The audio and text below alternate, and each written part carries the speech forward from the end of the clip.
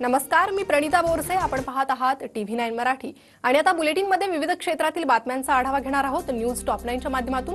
सुरुवातीला महायुतीचा महानेता कोण ठरणार या संदर्भातील टॉप 9 बातम्या.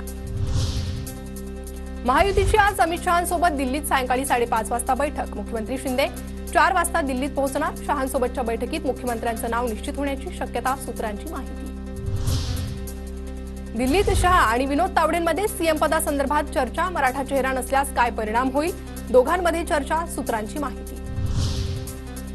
महायुतीत कुठलेही मतभेद नाहीत. श्रेष्ठीसोबत आम्ही बसून निर्णय घेणार. एकनाथ शिंदेंनी सर्व गोष्टी क्लिअर केल्या, फडणवीसांचं वक्तव्य. मुख्यमंत्री 2 उपमुख्यमंत्री हा फॉर्म्युला राहणार. अजित पवारांची माहिती. 30 किंवा 1 तारखेपर्यंत शपथविधी व्हायला पाहिजे, अजित पवारांची प्रतिक्रिया. एकनाथ शिंदे दिल्लीत पक्षाच्या सर्व खासदारांची भेट घेणार. अधिवेशनामुळे शिंदेंचे सर्व खासदार सध्या दिल्लीत. शिंदेंनी सर्व खासदारांना बैठकीसाठी उपस्थित राहण्याचे आदेश दिलेत. एकनाथ शिंदेंनी मुख्यमंत्रीपदाचा दावा सोडला. मोदी शहा घेतील तो निर्णय मान्य.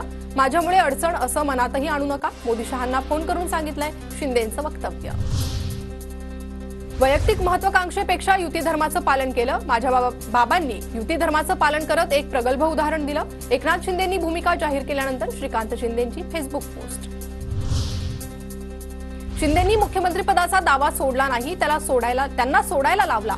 एकनाथ शिंदेंनी घेतलेली भूमिका भाजपच्या दबावातून, सुषमा अंधारेंचा टोला.